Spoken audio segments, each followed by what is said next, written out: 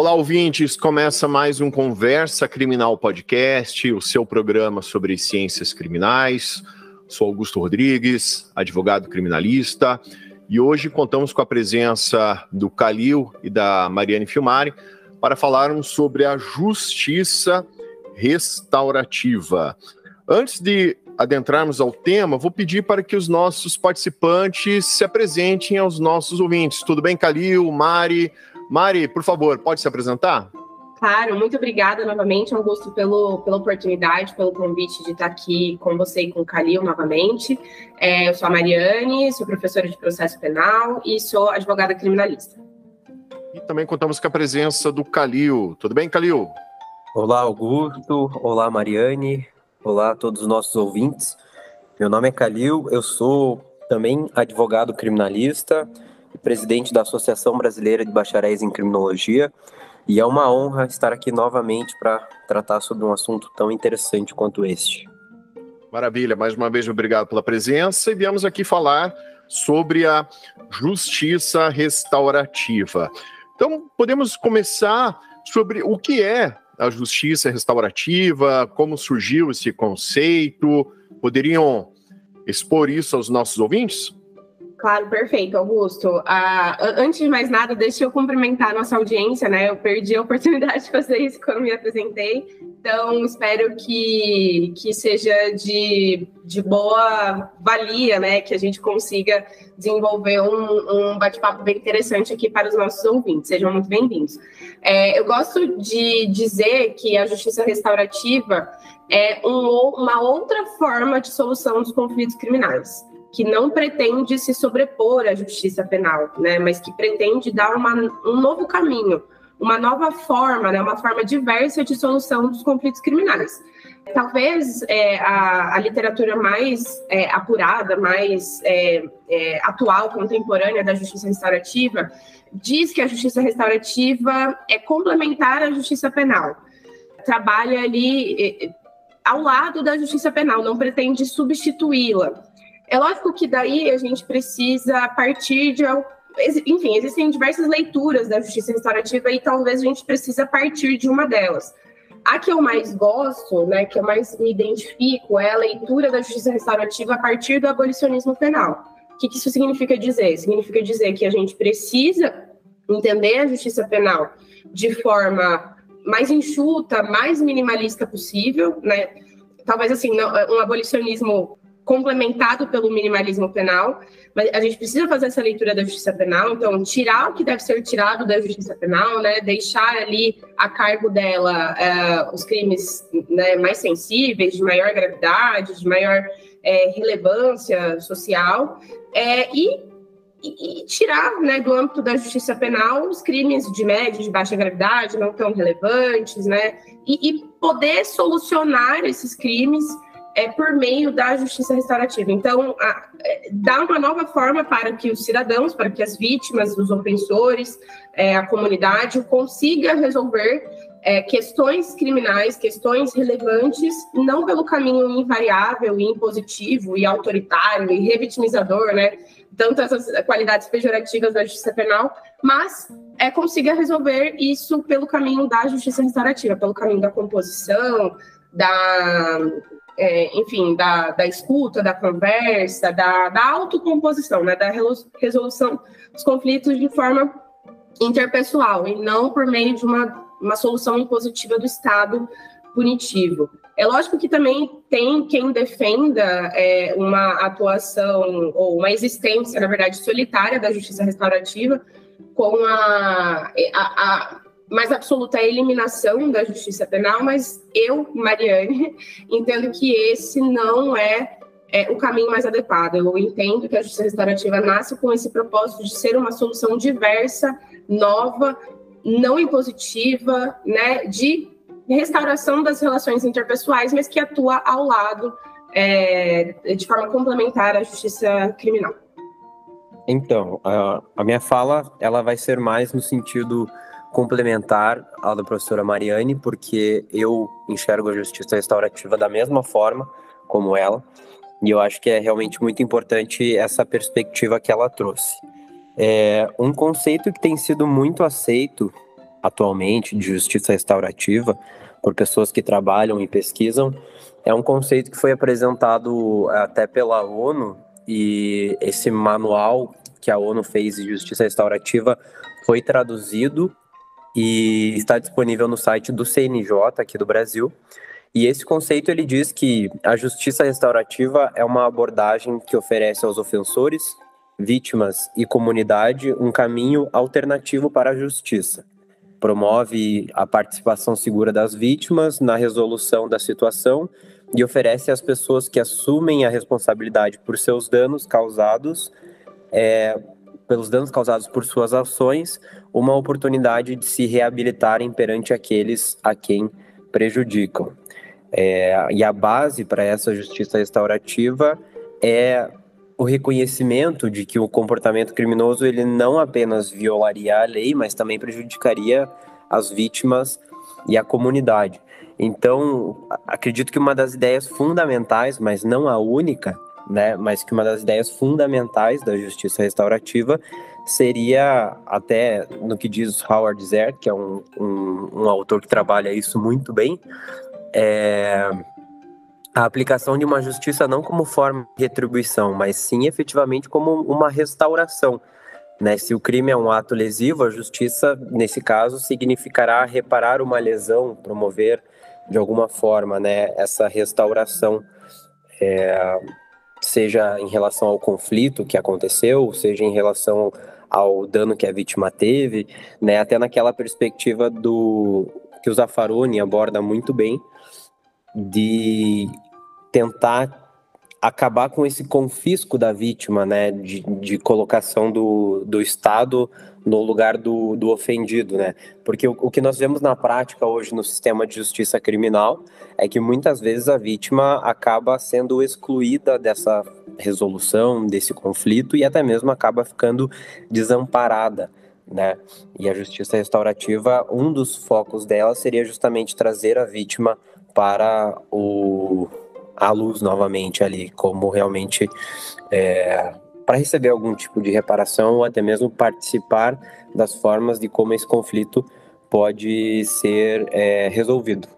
E gostaria também concordo, né, com tudo que o Kalil disse, e só complementar de que essa complementariedade da justiça restaurativa ou essa alternatividade da justiça restaurativa em relação à justiça criminal é muito evidente, fica muito evidente quando a gente pensa que a justiça criminal pretende resolver o conflito entre o ofensor, entre o agente criminoso e a violação da lei, porque é isso que a justiça criminal pretende fazer e faz, né? Sanciona o agente que viola a lei penal por meio do processo penal e aplica-se uma sanção criminal àquele agente ofensor. Já a justiça restaurativa pretende resolver outros conflitos para além do conflito do ofensor com a norma penal. Então, pretende resolver o conflito interpessoal ali entre o ofensor e a vítima, ou resolver alguma questão terapêutica, alguma questão, enfim, de outra ordem, né, que não seja a violação da norma pelo ofensor. Então, pretende-se dar uma resposta diferente à prática criminosa. E aí, sim, sempre envolvendo a vítima, né, escutando, entendendo os interesses da vítima, mas também entendendo e escutando os interesses da comunidade ali, mais próxima ou mais abrangente, enfim, tentando envolver os interessados na resolução do conflito, efetivamente no procedimento de resolução desse conflito, coisa que a justiça criminal não faz, até porque cristaliza ali um momento histórico, né, qualificado como crime, e pretende resolver isso num processo engessado, em que se discutirá a violação da norma penal e vai aplicar ali as sanções correspondentes previstas no diploma penal.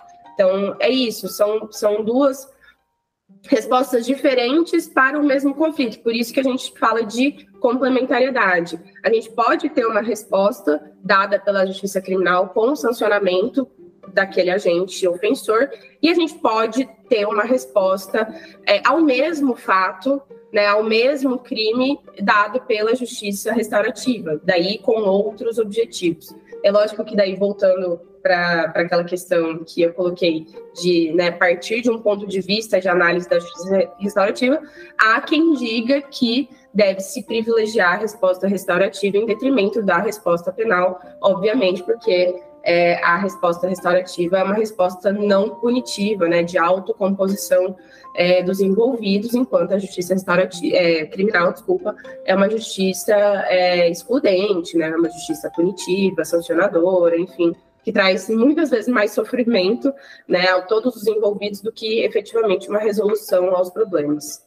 Eu acho que uma coisa que a gente tem que ter em mente quando fala em justiça restaurativa é, primeiro, que os crimes, a definição de determinadas condutas danosas ou não aceitas em determinadas sociedades como criminosas, não é uma coisa natural, né? Não existem crimes assim que sempre existiram. Em um determinado momento, as sociedades passaram a optar por considerar determinadas condutas criminosas. Não é à toa que, ao longo da história, nós temos muitas condutas criminosas que no passado foram consideradas assim, né, como criminosas, e que hoje em dia já não são mais consideradas reprováveis pela sociedade a ponto de receber uma resposta criminal. E a mesma coisa acontece ao inverso, né? Nós temos determinadas condutas que antigamente não eram criminosas e que ao longo do tempo foram se tornando. E os crimes também vão sendo modificados conforme a sociedade foi evoluindo. E da mesma forma é a questão da punição e da prisão.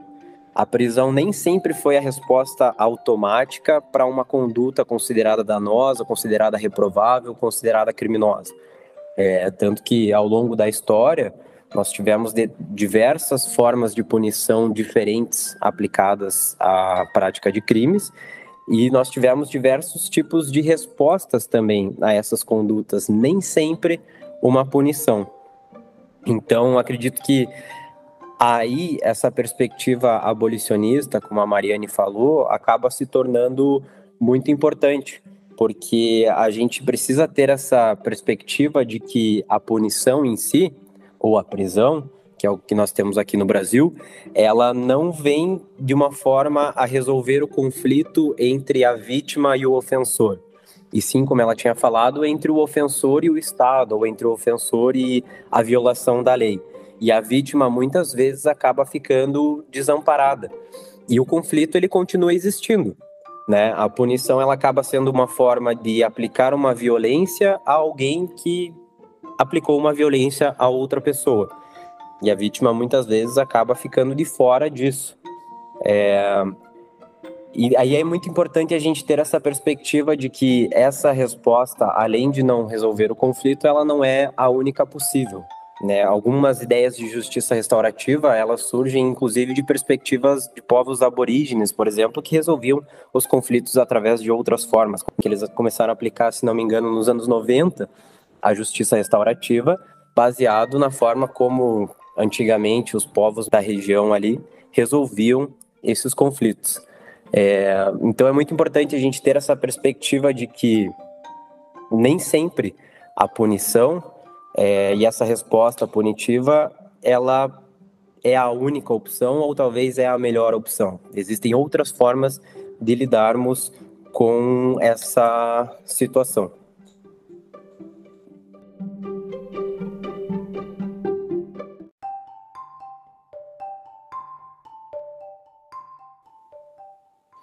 Vocês trouxeram esse conceito da justiça restaurativa e um ponto bem importante, né? Qual é o papel da vítima, né, em determinados tipos de crimes, né? Claro, como vocês abordaram na fala de vocês, evidentemente a justiça restaurativa ela não vem para substituir o direito penal como um todo, porque tem crimes que é meio complicado, né, a gente pensar numa justiça restaurativa.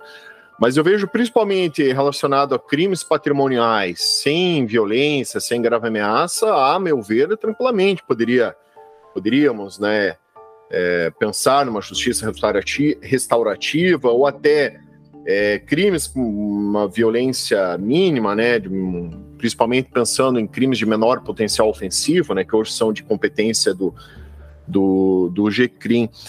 Porque em muitas situações a vítima, a maior interesse dela não é nem ver a punição do autor do delito, mas sim, de alguma forma, ela ver ali restaurado, né, o seu direito lesado. Enfim, muitas vezes a vítima ela busca ali uma recuperação do dano, né, que ela sofreu. Eu lembro até numa conversa que tivemos em outra oportunidade, nós três, inclusive, eu tinha citado um trecho de um livro que eu estou com ele aqui na mão, inclusive, que é o Direito Penal e Luta de Classes, né, que é uma introdução via Pachucanes. E nesse livro ele cita um episódio que ocorreu na União Soviética na década de 20, em que ele narrando, por exemplo, um fato em que uma pessoa ela tinha cometido um furto ali no comércio de uma pessoa, né, de uma mulher. A questão chegou ali ao judiciário, né, ao tribunal local, e a mulher mesmo falou que os juízes, né, ali tendo esse diálogo, né, com as partes, ela falou, olha, nem tem interesse de vê-lo punido, preso, quero só que meu dano seja ressarcido, né? E a pessoa, o autor do crime, ele não tinha condições de reparar aquele dano, mas ela falou assim para o juiz, olha, vejo que ele tem bons pares de botas, né? E eu estou precisando de botas. Daí o juiz, veja, você concorda, né? Chegou pro acusado, né? Você concorda, então, em ceder, né? Dar para ela seus pares de botas ali, o seu par de botas, né? Para resolver a questão, e o autor, o acusado, concordou e a situação foi resolvida, né? Uma outra situação também que eu lembro, trabalhei com o desembargador Jorge de Oliveira Vargas aqui no Tribunal do Paraná, por 10 anos trabalhei com ele, e ele também foi juiz no Juizado Especial Criminal aqui de Curitiba, e um fato que ele sempre narra quando ele tem oportunidade, um fato marcante na carreira dele, quando ele era juiz ali no GCRIM, ele chegou lá, para ele um caso de uma briga de trânsito que resultou numa lesão corporal leve, né? E, enfim, o que aconteceu nesse fato foi bem curioso, que a mãe, nesse caso teve a briga de trânsito, né? O pai de família, ele foi ali agredido na frente da filha, né, dele. E a esposa, a mãe da criança, chegou pro então juiz, Jorge Vargas, e relatou, olha, doutor, a minha filha, desde esse fato, ela ficou traumatizada, ela não consegue dormir direito e tal, então pra gente não tem nem interesse, assim, que ele seja punido, a gente queria, sim, que na frente da minha filha, a gente tivesse aqui uma audiência, ele pedisse desculpas, né, pro pai da minha filha, que demonstrasse que tá tudo bem, tal, algo assim nesse sentido, né, porque a menina tava em pânico, assim, do pai sair de casa, sabe? Daí o então juiz, enfim, ponderou a questão, né, levou essa situação pro réu, o réu concordou, marcaram uma audiência posterior com a presença do pai da criança, né, a vítima e a criança, e o autor do fato, né. Daí ele chegou lá, conversaram, né? Ele pediu desculpas na frente da criança, né? Olha, me desculpa, aquele dia eu não tive um dia bom, me perdoe por ter te agredido. Inclusive ele levou até um presentinho para a criança e a situação foi resolvida. E o desembargador Vargas, ele conta que posteriormente ele teve até contato com essa senhora, né? E falou para ele assim, olha, doutor, o senhor salvou minha filha é uma outra pessoa depois desse fato, agora tá tudo bem, então vim aqui para agradecer o senhor pela humanidade, né, do senhor, de permitir né, essa reconciliação na frente da minha filha, numa situação, vamos dizer assim, que o direito não prevê, né, a gente fica muito na letra fria da lei, dos nossos tipos penais, né, de prever ali uma conduta em abstrato, com uma pena. Então foi uma situação assim que marcou a carreira dele, que a gente pode, né, a meu ver, até considerar como uma hipótese de justiça restaurativa, porque era isso que era o interesse da vítima, né, que a filha que testemunhou aquela agressão que o pai sofreu numa briga de trânsito, que ela de alguma forma, tivesse esse tipo de reparação, a entender, né, que o pai dela foi só uma situação isolada, que o pai dela não seria mais agredido. Eu entendo uma situação dessa como um exemplo de justiça restaurativa. Vocês concordam comigo? E também, se quiserem discordar, fiquem à vontade. Acho que Augusto pode se enquadrar, sim, como um exemplo de resolução por uma via de autocomposição, né? E que a gente pode enquadrar aí como uma manifestação do pensamento restaurativo, ainda que não tenha sido feito pensando, assim, né, nas finalidades ali da justiça restaurativa, ou utilizando-se práticas restaurativas, acho que cumpre com o pensamento restaurativo, né, de autocomposição, né, de devolver o conflito para a mão dos envolvidos, dos diretamente envolvidos, que são o ofensor e vítima ou vítimas, né, ou, enfim, comunidade ali estendida, né, família, tal. Então, acho que pode ser colocado, sim, como um exemplo de manifestação do pensamento restaurativo. E tem uma questão muito interessante dentro, assim, do pensamento restaurativo. Inclusive, eu prefiro, na verdade, adotar a nomenclatura de pensamento restaurativo em detrimento de justiça restaurativa, porque, concordando com a minha orientadora do mestrado, a professora Cláudia Cruz Santos, lá da Universidade de Coimbra, entende-se que, na verdade, não existe uma justiça restaurativa. Existe um pensamento restaurativo que pode, né, ou uma teoria restaurativa que pode ser aplicada a diversas práticas restaurativas. Então, não existe uma fórmula única, fechada, completa de justiça restaurativa. Existem diversas práticas que, se guiadas pelo pensamento restaurativo, podem ser práticas restaurativas. A exemplo da mediação penal, vítima-ofensor, a exemplo dos círculos de paz, dos círculos, né, de restauração, acho que construção e paz que chama aqui no Brasil. Enfim, são diversas práticas que, se seguir, né, a teoria ou a filosofia do pensamento restaurativo, podem se tornar práticas restaurativas. E isso é importante de ter em mente, porque nem sempre uma prática é adequada a um determinado caso criminal.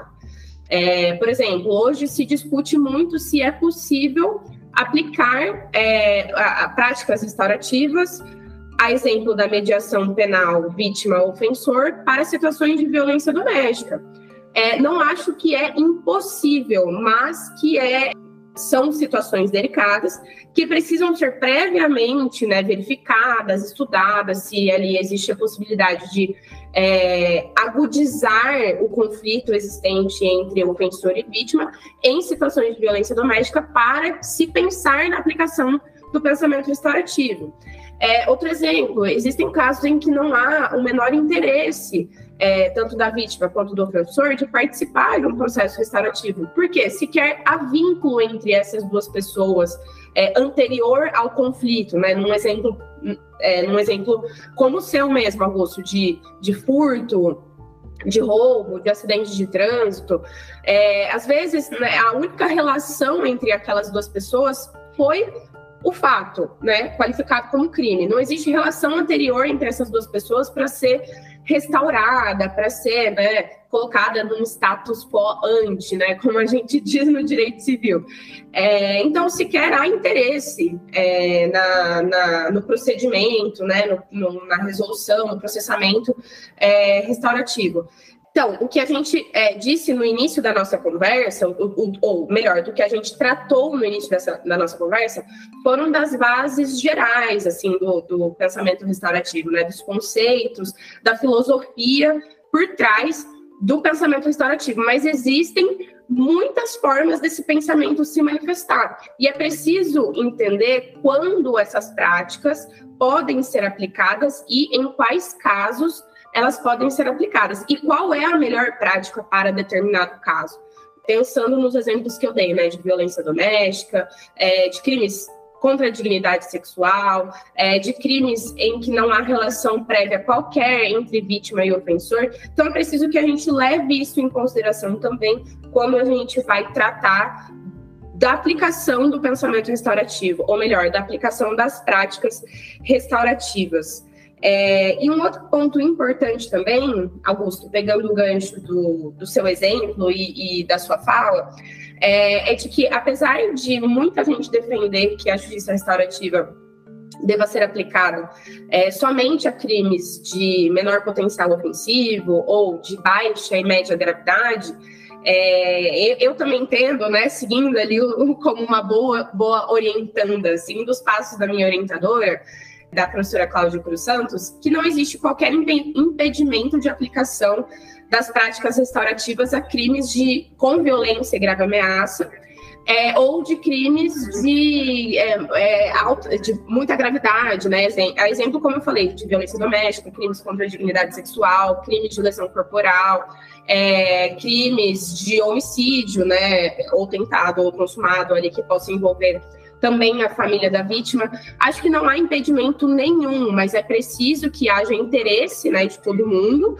envolvido, principalmente de vítima ou família dessa vítima, e que todo mundo consiga participar de forma horizontal, de forma ativa nesse procedimento restaurativo, mas e de forma a garantir que nem vítima e nem ofensor saiam mais desgastados do procedimento, porque não é esse o objetivo, é justamente o contrário, né? Então, assim, não acho que há impedimento nenhum para aplicação nesses crimes, mas que é preciso tomar-se mais cuidado.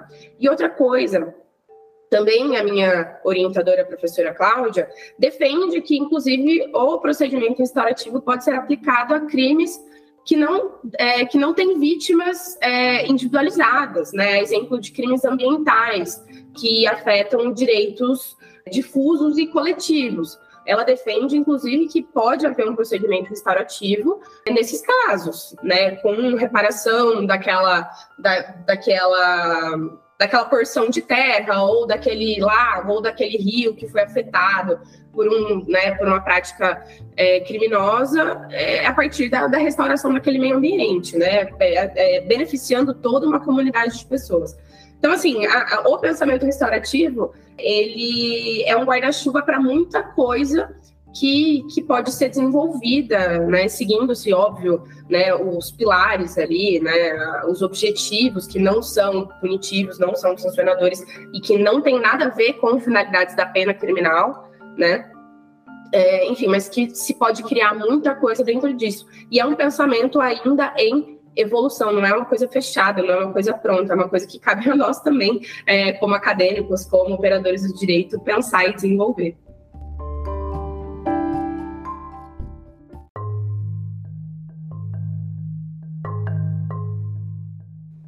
Nessa linha do que a Mariane colocou, uma das grandes críticas dos pensadores abolicionistas e que se relaciona com o pensamento da justiça restaurativa é justamente a questão de que o sistema penal, da forma como a gente aplica atualmente, nós damos, entre aspas, uma única solução para diversas condutas diferentes.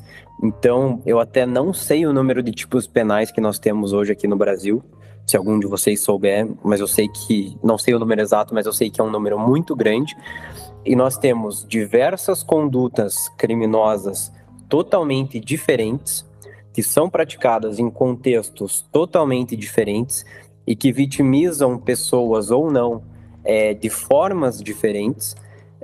Inclusive, um mesmo tipo penal pode ser praticado de diversas formas, em contextos diferentes, vitimando pessoas de formas diferentes, e nós aplicamos uma única resposta a isso, que é a prisão. Então, na linha do que a Mariane estava falando, a justiça restaurativa, ela não seria uma única, não teria uma forma rígida assim de ser aplicada, né? A restauração ali, para um caso específico, pode ser muito diferente da resolução do conflito ou da restauração para um caso totalmente diferente. Então, a justiça restaurativa ela viria com essa perspectiva também, de tentar promover a resolução dos conflitos ou a restauração do dano gerado à vítima, de acordo com cada caso concreto, de acordo com a necessidade de cada vítima nesse sentido, ou de acordo com como cada conflito foi gerado. Até eu me lembro de um caso que me marcou assim um tempo atrás, dessa perspectiva que nós temos de justiça especificamente como a aplicação da punição, né? Até foi um caso não necessariamente aconteceu a aplicação da justiça restaurativa, mas me marcou por causa das manifestações. Tinha sido um caso de crime sexual que teve uma grande repercussão, e aí, diante da vítima ter ficado desamparada diante daquela conduta, não ter recebido nenhum tipo de assistência posterior, um número de pessoas mais influentes, mais famosas e com mais dinheiro se reuniram para pagar eventuais tratamentos psicológicos que aquela vítima precisaria e etc. E essas pessoas até acabaram sendo publicamente criticados por alguns deputados que nós temos aqui no Brasil, no sentido de que por que esse dinheiro que eles pegaram para dar esse tratamento psicológico para essa vítima que ela precisava naquele momento não estava sendo investido em investigadores para procurar o agressor daquela vítima para servir como exemplo para outros. Então, a gente tem ainda muito essa perspectiva de justiça sinônimo de punição e esse ideal da prevenção geral negativa, que nos impede de, às vezes, visualizar determinadas situações da perspectiva da assistência que a vítima precisa ou até mesmo da perspectiva restaurativa, né? Então, isso é um tanto quanto complicado, a gente precisaria começar a enxergar a situação de uma forma um pouco diferente. Mas, dentro dessa linha que o Augusto trouxe, na advocacia criminal, eu particularmente já fui procurado algumas vezes por vítimas de crimes patrimoniais, com violência ou sem violência, que além de buscar uma responsabilização para os agressores, né, ou para a pessoa que praticou o crime, a maior demanda dessas vítimas é justamente tentar de alguma forma reaver o prejuízo que teve, né, o prejuízo patrimonial, normalmente vítimas de estelionato, vítimas de furto, de roubo. Às vezes o que a pessoa quer e o que ela prioriza é reaver aquele prejuízo, né? E muitas vezes essa vítima também acaba ficando desamparada, porque o sistema de justiça criminal não prevê meios tão eficazes de promover essa restituição do prejuízo da vítima. É evidente que para alguns desses delitos até cabe a aplicação do acordo de não persecução penal, que prevê até normalmente como uma das cláusulas a reparação do dano à vítima, né? Mas como já foi tratado aqui algumas vezes, às vezes o intuito da vítima não é nem a aplicação da persecução penal daquela pessoa que praticou o delito patrimonial, e sim só reaver o prejuízo mesmo. E isso nem sempre é viabilizado pelo sistema de justiça criminal da forma como nós temos hoje, né? E o que Augusto trouxe ali dos pequenos crimes patrimoniais, até existe uma grande crítica da própria criminologia, no sentido, por exemplo, da extinção da punibilidade quando a prática de crimes tributários e o autor do delito paga o tributo que era devido, tem essa total extinção de punibilidade, e quando se trata de um pequeno furto, por exemplo, não existe essa possibilidade da extinção da punibilidade, né? Nós temos no máximo ali a aplicação do artigo 16, que é o da reparação do dano antes do recebimento da denúncia ou da queixa. Então, e aí essa extinção de punibilidade dos crimes tributários, uma das grandes justificativas é que o bem jurídico tutelado por aquele delito seria realmente a questão da ordem tributária, e que seria muito mais interessante para o Estado obter esse valor que não havia sido pago pela pessoa que praticou o crime tributário do que efetivamente a punição daquela pessoa. E aí, quando a gente pensa do ponto de vista da vítima de um delito patrimonial, será que não seria muito mais interessante para ela também também reaver esse valor que havia sido subtraído, ao invés da punição do ofensor? Mas aí a gente volta naquela ideia da prevenção geral negativa, que é tão forte ainda aqui no Brasil, né? A solução, a gente tinha até comentado, né? O nosso direito penal, ele tem muito esse foco, né? Como o Calil citou, né? Nessa mentalidade da prevenção geral negativa e justamente com a ideia de punição sempre, né? Mas no Brasil, a gente tem institutos que, de certa forma, a gente pode entender, de certa forma, estão caminhando para uma justiça restaurativa, a meu ver, né? Por exemplo, o Calil citou o acordo de não persecução penal. Mesmo no procedimento do Juizado Especial Criminal, temos ali a audiência preliminar, né? Para tentar ali a composição civil dos danos. Vocês acreditam que essas manifestações legislativas são manifestações, de certa forma, estamos caminhando para uma justiça restaurativa, né? Pensando ali no ANPP ou mesmo nessa composição de danos no GCRIM?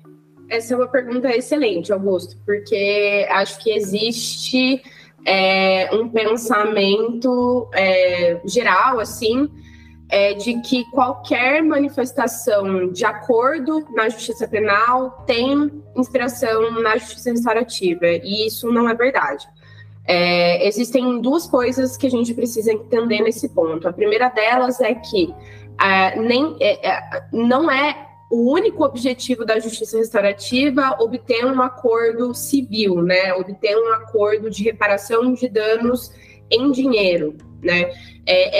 Para além disso, é muito mais do que isso. Pode ser que de um procedimento restaurativo, que pode ou não ter um acordo, na verdade, surja aí a reparação do dano em dinheiro, mas esse não é o objetivo primeiro, né? O objetivo é restaurar a relação entre as pessoas envolvidas no conflito.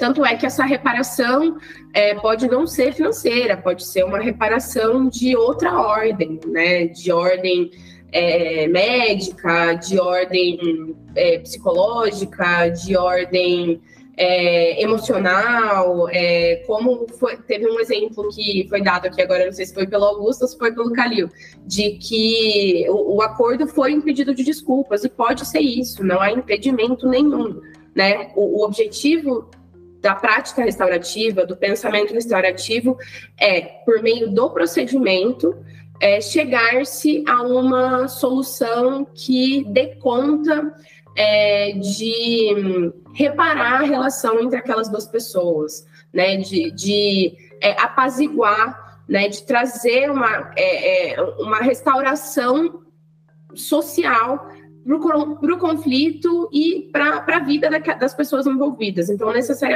não necessariamente haverá um acordo, e esse acordo não necessariamente envolverá dinheiro.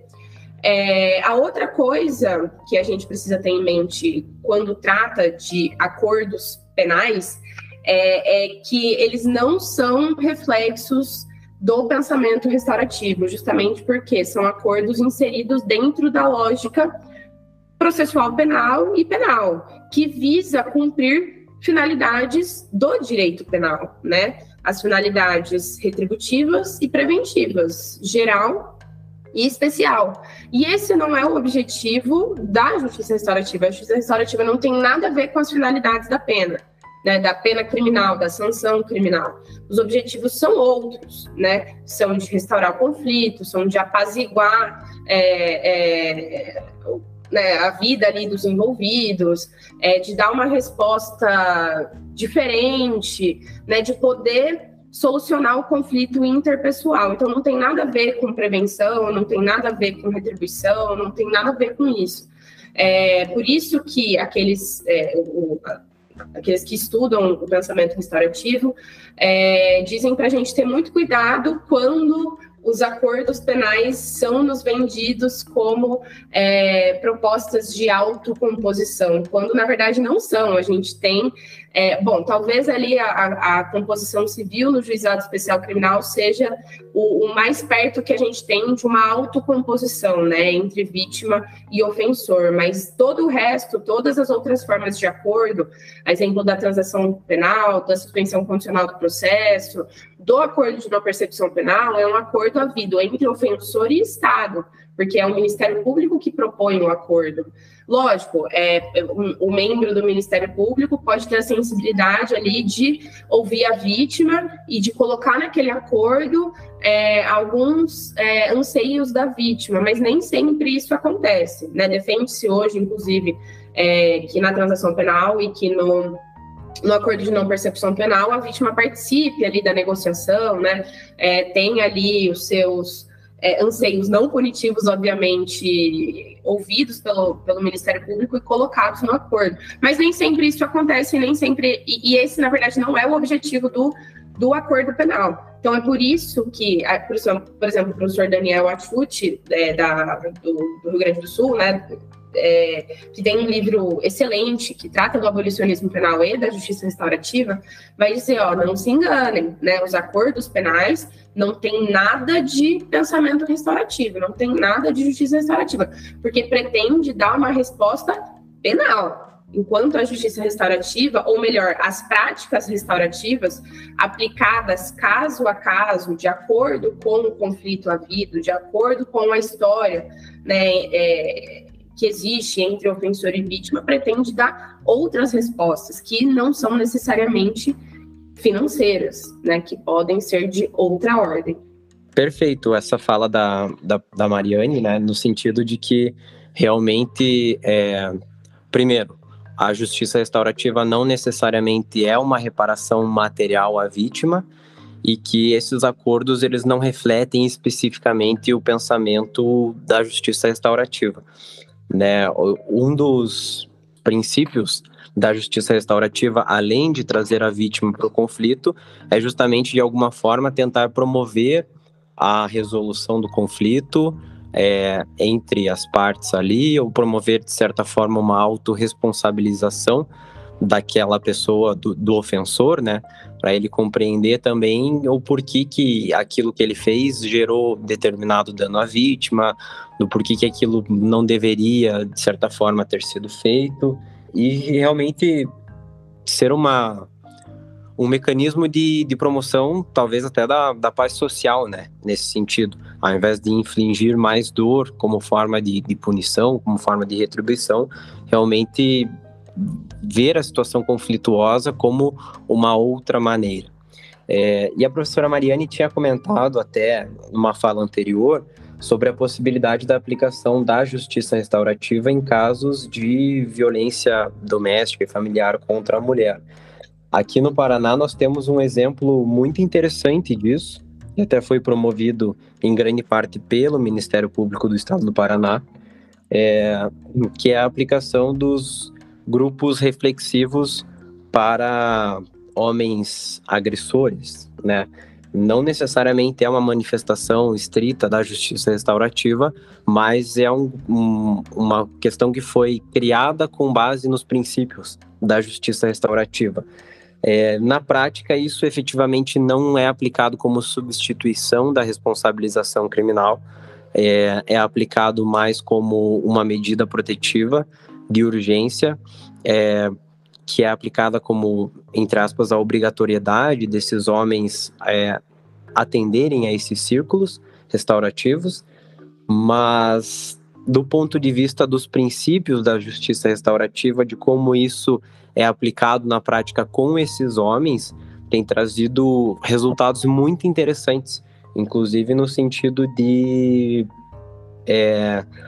promover essa autorresponsabilização e a compreensão e a restauração em relação ao conflito, né? Muitos desses homens, até em uma pesquisa realizada, quando questionados do porquê eles agrediram suas vítimas, muitas vezes foi constatado que eles só estavam reproduzindo um comportamento que havia sido aprendido, ou muitas vezes eles nem sabiam dizer o porquê reagiram daquela forma a ponto de agredir suas vítimas, e o resultado para evitar essa reprodução desse comportamento e a reincidência para os homens que participaram desses círculos de reflexão tem sido um resultado muito interessante. A reincidência tem sido mínima. Então tem trazido realmente essa compreensão, essa reflexão e até mesmo a resolução ali dos conflitos entre os agressores e as próprias vítimas, promovendo uma sociedade até mais pacífica nesse sentido.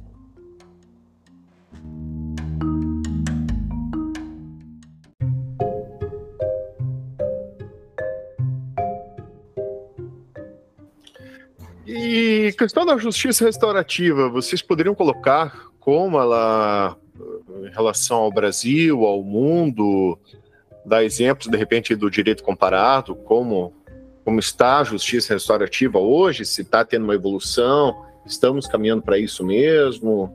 Então, Augusto, antes de entrar nos exemplos de práticas restaurativas, é importante dizer que existem duas modalidades principais, digamos assim, de práticas restaurativas. Existem as práticas restaurativas pré-processuais e existem as práticas pós-sentenciais. E eu lembrei disso durante a fala do Calil. Por quê? As práticas restaurativas pré-processuais pretendem impedir ou retardar o início da persecução penal.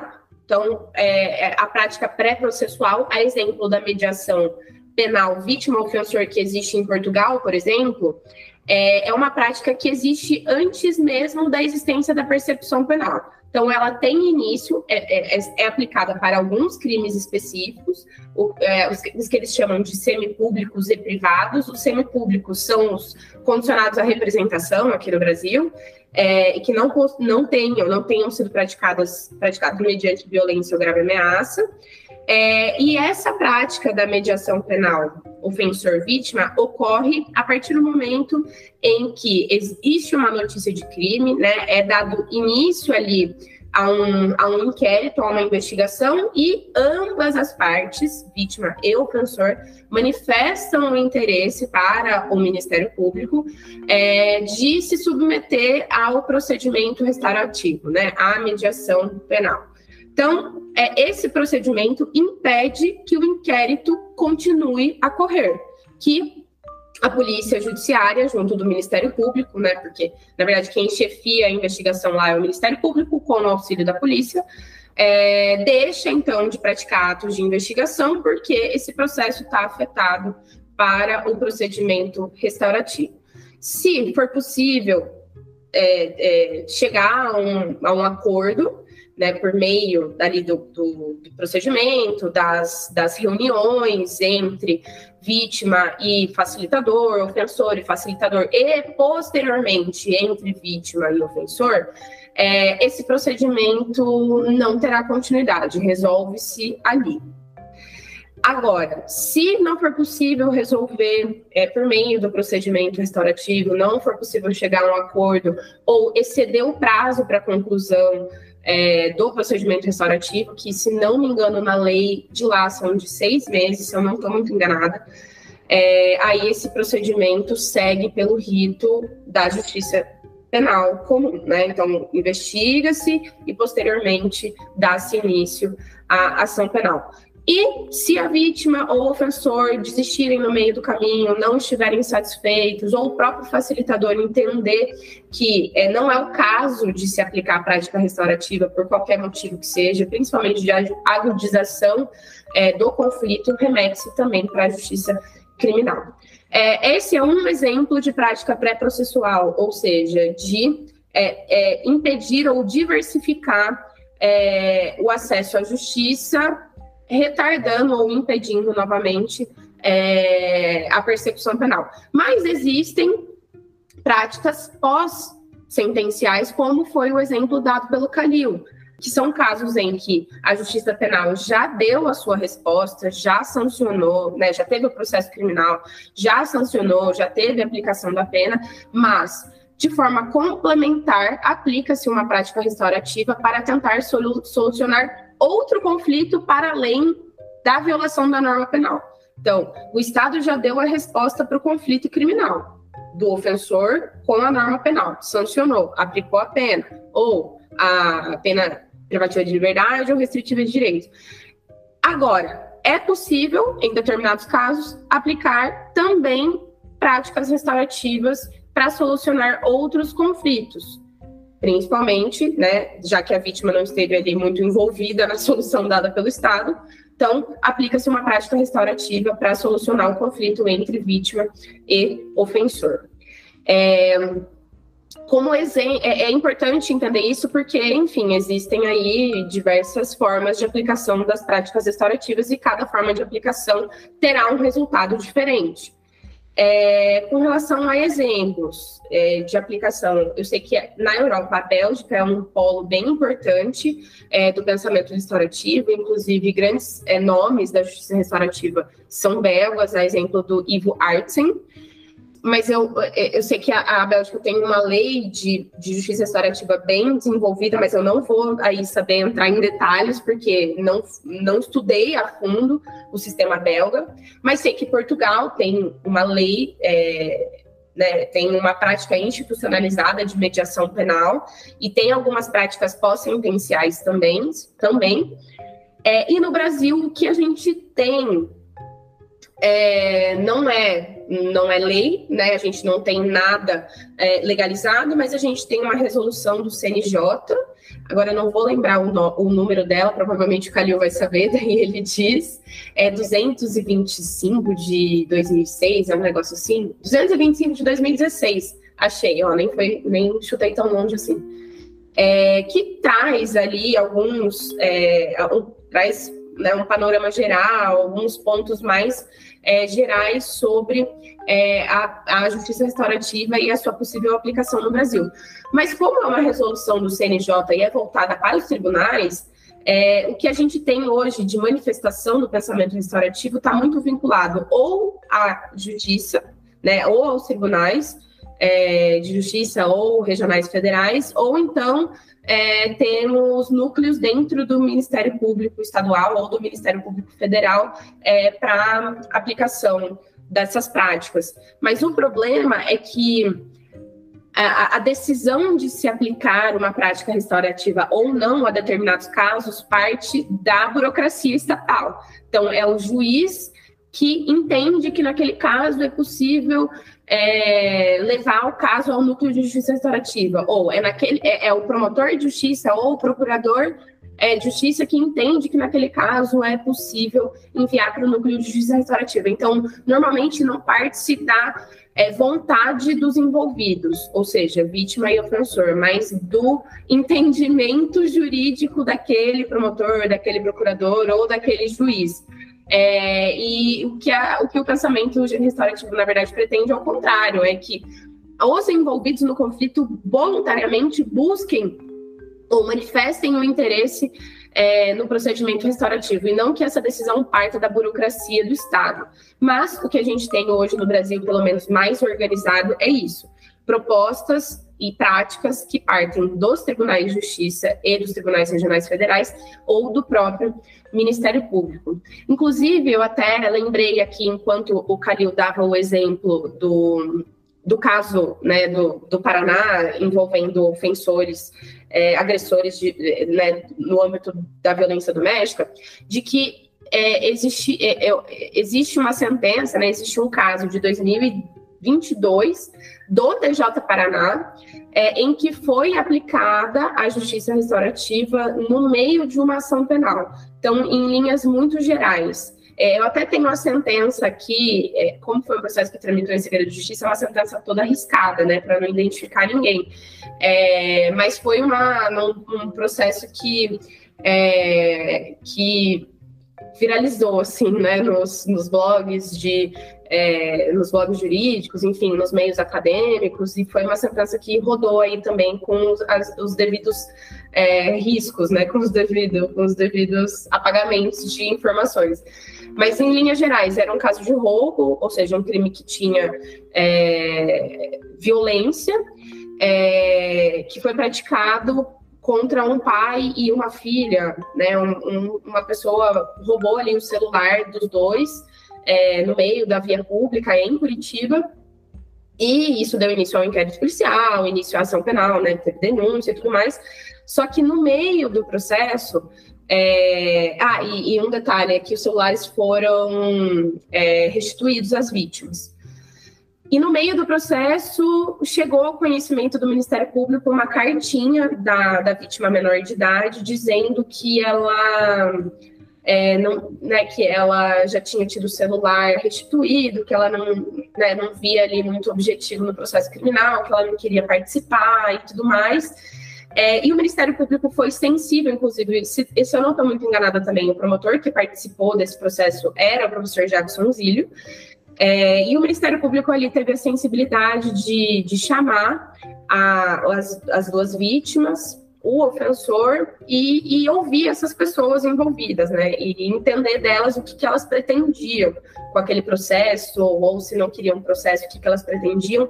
E no fim das contas chegou o seu acordo de que o ofensor ele era entregador, né, de aplicativo, motoboy, um negócio assim, e ele trabalhava numa pizzaria. Então acordou-se que ele entregaria durante um X período pizzas na casa dessas vítimas, e elas, enfim, os celulares já tinham sido restituídos, e elas se deram por satisfeitas, e também o Tribunal de Justiça do Paraná teve a sensibilidade de acatar esse acordo que iniciou informalmente, mas que depois foi formalmente feito no âmbito do Ministério Público, acatou e absolveu o acusado do crime com base no acordo que foi feito. E esse acordo foi cumprido e depois houve a extinção da punibilidade.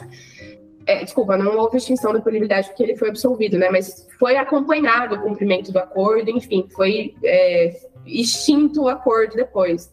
Mas, assim, é um caso muito interessante, que foge muito da regra, né, do comum, de entender-se que crimes com violência grave e ameaça não podem ser objeto de composição, não podem ser objeto, né, de prática restaurativa. Não, pelo contrário. Na verdade, depende do que as partes envolvidas desejam ali, de quais são os objetivos, do que pode ser dialogado, do que pode ser discutido, do que pode ser colocado numa mesa de negociação, digamos assim, que não necessariamente vai ser uma mesa de negociação material, que pode envolver outras questões também. Então, esse é um exemplo muito, muito legal de aplicação não convencional, digamos assim, de uma prática restaurativa. Foi um acordo obtido no meio da ação penal, e tanto o Ministério Público quanto o Judiciário tiveram a sensibilidade de ouvir as pessoas envolvidas e entender que a resposta penal não era mais adequada para aquele caso, porque aquelas pessoas já tinham chegado numa solução para o conflito delas. Complementando um pouco do que a Mariane falou, essa questão de exemplos do direito comparado, acho que para além dos exemplos que foram citados, é interessante citar a Nova Zelândia, que eu já tinha comentado no início, que eles aplicam, acredito que desde os anos 90, e foi uma coisa que deu muito certo lá pelas informações que temos, né, de pesquisas, enfim, me parece que realmente tem funcionado essa aplicação das práticas restaurativas. E aqui no Brasil nós temos algumas outras tentativas de implementação do pensamento restaurativo também. Em São Paulo existe o chamado NECRIM, que é o Núcleo Especial Criminal.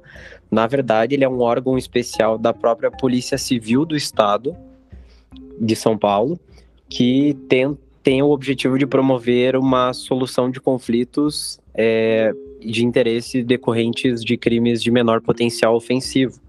Então, seriam casos que seriam abarcados pela Lei 9.099, né, casos de menor potencial ofensivo. E esse órgão especial da própria Polícia Civil tem o objetivo de tentar promover essa resolução de conflitos antes que isso efetivamente se torne um processo criminal ou até mesmo, enfim, vá para os juizados especiais. E eles mesmos, essa ideia do NECRIM declaradamente surge com a ideia das práticas restaurativas, além de os princípios baseados na ideia da polícia comunitária também, de pacificação social, solução voluntária e consensual de conflitos, e pelo instrumento da autocomposição. Então, muito embora seja focado só realmente nessa ideia dos crimes de menor potencial ofensivo, é um exemplo aí que tem sido implementado, pelo menos no estado de São Paulo. Outro exemplo que temos é mais aqui na Justiça Federal, tanto do Paraná quanto de Santa Catarina e do Rio Grande do Sul. Eles têm implementado cada vez mais uma atuação forte da justiça restaurativa. Eles têm diversos exemplos da aplicação, e um exemplo que eu tomei conhecimento foi da aplicação de práticas restaurativas para pessoas que estariam envolvidas com compra e venda de moedas falsas, né, nota falsa, enfim.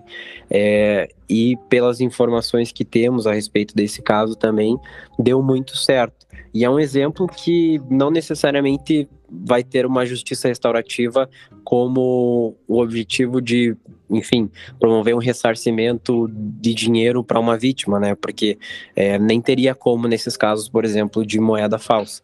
Mas o objetivo é realmente promover essa autorresponsabilização das pessoas e promover, de certa forma, uma abordagem restaurativa nesses casos, especificamente. Então, foi até uma questão que, pela informação que nós temos, foi uma prática restaurativa que o próprio Ministério Público acabou concordando, o Ministério Público Federal, e fugiu um pouco dos padrões que nós temos aqui de autocomposição, de reparação de danos e etc. E realmente foi uma coisa mais diferenciada, assim, mas que foi uma prática muito interessante. Augusto, deixa eu só fazer uma correção com relação ao que eu falei do caso do Paraná, que na verdade o acordo que foi feito no processo, no meio da ação penal, não foi feito informalmente dentro ali do Ministério Público. Na verdade, chegou ao conhecimento do Ministério Público que existia o interesse das vítimas em fazer um acordo com o ofensor, e o procedimento foi enviado ao NUPIA, que é o Núcleo de Prática e Incentivo à Autocomposição do Ministério Público do Estado do Paraná, que é um núcleo forte, que atua, né, em casos aí de menor gravidade, para autocomposição e para tentar tirar, né, da persecução penal tradicional casos em que as partes envolvidas podem chegar a um acordo ou já estão de acordo. Então, só essa pequena correção, que não foi, na verdade, um acordo informal, não. Foi um acordo formal feito no âmbito do NUPIA. E o processo chegou-se ao acordo e o processo ficou suspenso até que o acordo fosse cumprido integralmente. E também outra correção, para além da entrega das pizzas na casa das vítimas durante o período de 3 meses, o ofensor também se comprometeu a fazer pagamento mensal de cestas básicas destinado a uma instituição aqui que ficou estabelecida no acordo. E depois disso, depois de verificado o cumprimento do acordo formalizado, aí sobreveio a sentença absolutória. Só para não ficar perdidas as informações ou incompletas as informações que eu dei anteriormente, mas ainda assim um caso super diferente, porque se trata de um crime de roubo, considerado um crime mais grave, né, em que teve violência.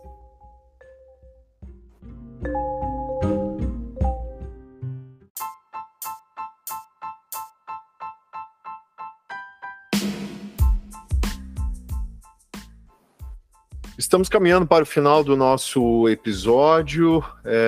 Quero deixar também espaço aqui aberto, né, para os convidados, caso queiram fazer suas considerações finais, algum tópico que não tenha sido abordado no nosso episódio. Então fiquem à vontade, caso queiram fazer a abordagem de algum tema que não tenha sido exposto. E também, se quiserem fazer alguma indicação, alguma recomendação, também fiquem à vontade. Eu acho que as minhas considerações finais e também recomendações são as seguintes. Existem, para quem quer estudar, começar ou continuar a estudar a justiça restaurativa, existem diversas formas e enfoques de estudo da justiça restaurativa. Mas eu entendo que a justiça restaurativa, ou melhor dizendo, o pensamento restaurativo, não pode ser estudado sem partir-se de bases criminológicas, né? E eu tenho certeza que o Khalil, como também um criminólogo, vai concordar comigo. E é importantíssimo que entendamos o pensamento restaurativo, principalmente a partir do abolicionismo penal, ou então, para aqueles que preferem, do minimalismo penal, porque o pensamento restaurativo nasce disso, né? Nasce também do desenvolvimento do pensamento de abolicionistas penais, a exemplo da tríade, né, dos europeus abolicionistas, do Nils Christie, do Luc Husman e do Thomas Mathiesen. Então, não estou dizendo que são autores que escreveram sobre justiça restaurativa, porque não é o caso, mas a justiça restaurativa também surge do pensamento abolicionista desses autores criminólogos. Então, eu acho que é fundamental que nós tenhamos bases da criminologia crítica, né, da criminologia radical, e também do abolicionismo penal, para entender para que de fato serve o pensamento restaurativo, para que de fato serve a justiça restaurativa. Senão, corre o risco de fazermos uma leitura do pensamento restaurativo ou da justiça restaurativa como só mais uma ferramenta dentro da caixa de ferramentas da justiça criminal. E aí eu estou, né, basicamente parafraseando também a professora Cláudia Cruz Santos, que diz lindamente isso. E não é isso, e não pode ser isso, e não é para isso que o pensamento restaurativo serve. Não é para ser só mais uma forma de resolução dos conflitos, correndo o risco de ser cooptada pelo pensamento criminal, né, pela justiça criminal. Não é para ser outra coisa, é para ser uma coisa diversa, é para ser uma coisa nova, para além dos muros da justiça criminal. Então é por isso que é elementar, que é essencial que a gente tenha essa base criminológica para entender para que serve o pensamento restaurativo. E então, como recomendação, primeiro, da criminologia, eu acho que é importante ler ali enfim, criminologia crítica, mas partindo mais para o abolicionismo penal, pensando no Nils Christie, que é um autor que eu gosto muito. Um texto dele, que foi publicado, acho que na Revista Britânica de Criminologia, se eu não estou muito enganada novamente, mas eu posso confirmar essa informação, que se chama Conflitos como Propriedade, e que ele vai fazer, né, é um ensaio em que ele trata de como, ao longo do tempo, a justiça criminal roubou o conflito daqueles envolvidos, né, como o próprio Khalil trouxe esse conceito do roubo do conflito da vítima. E o Nils Christie fala disso nesse artigo, enfim, chama Conflicts as Property, mas para português, mas conflitos como propriedade, em que ele vai fazer essa reconstrução histórica aí de como a justiça penal afastou a vítima e o ofensor do seu próprio conflito e deixou os burocratas, né, advogados, juízes, promotores, tomarem conta da resolução desses conflitos. Uma outra indicação do Nils Christie também, que eu acho que é um livro muito bom e bonito, assim, de ser lido para entender as bases da justiça restaurativa, se chama Os Limites da Dor, ou Limits to Pain, que ele vai tratar de algumas bases importantes do pensamento restaurativo. Bom, depois disso, né, na literatura estrangeira, a gente tem o Howard Zerr, que o Khalil trouxe, também tem o Ivo Artsen, que é o belga, né, um expoente do pensamento restaurativo. E pensando na literatura do Brasil, eu recomendo muito o livro do professor Daniel Achuti, que se chama Justiça Restaurativa e Abolicionismo Penal, que ele vai numa linguagem muito, muito acessível, assim, muito simples, sem ser simplória, né? Pelo contrário, com muito estudo, mas simples de ser compreendida, objetiva, vai tratar das bases do pensamento restaurativo por meio da criminologia abolicionista.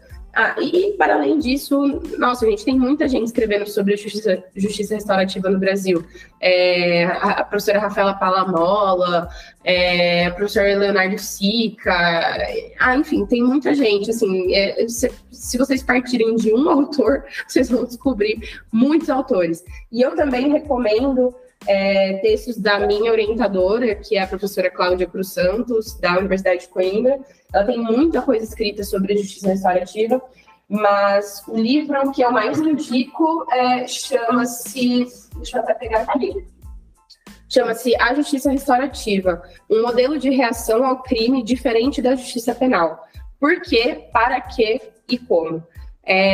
Nossa, esse livro é uma edição, da tese de doutoramento dela, né?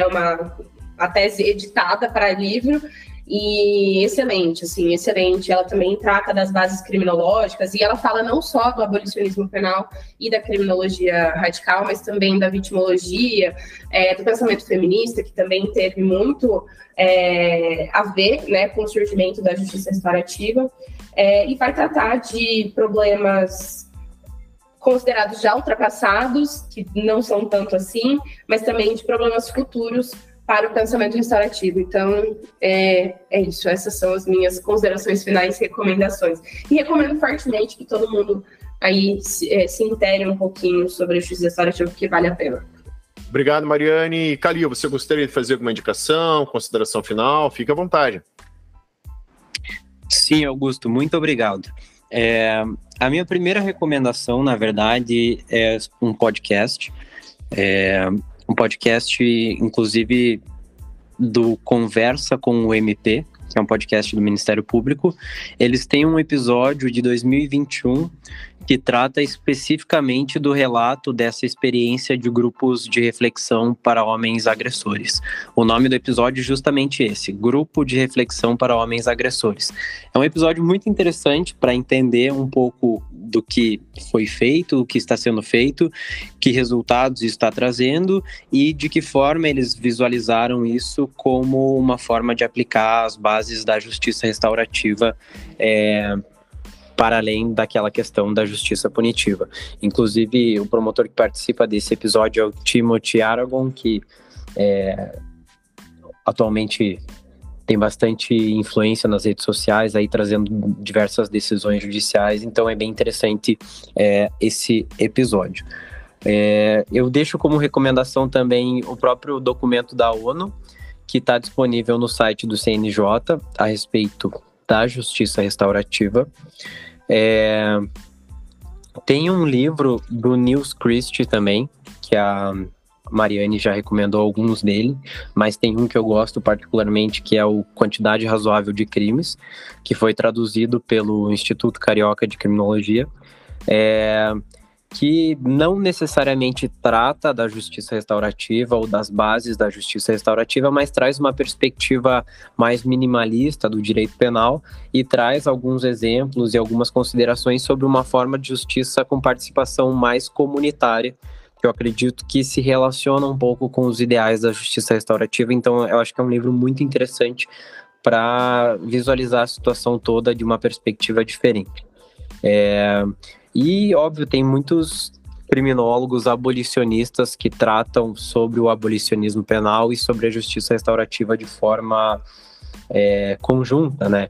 Um exemplo é a Maria Lúcia Caram, por exemplo. Ela tem alguns livros que ela traz a justiça restaurativa como uma alternativa viável.